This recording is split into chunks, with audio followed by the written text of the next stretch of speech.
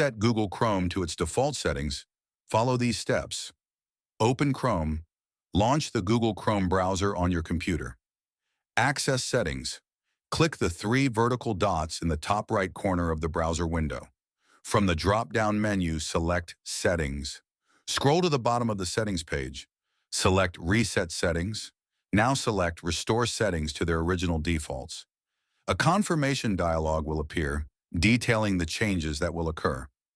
Click the Reset Settings button to confirm. This process will reset your startup page, new tab page, search engine, and pin tabs.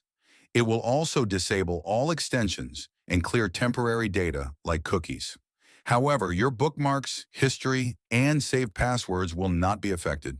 Did you find this video tutorial useful? Let me know by clicking the like button on this video. Thank you for watching.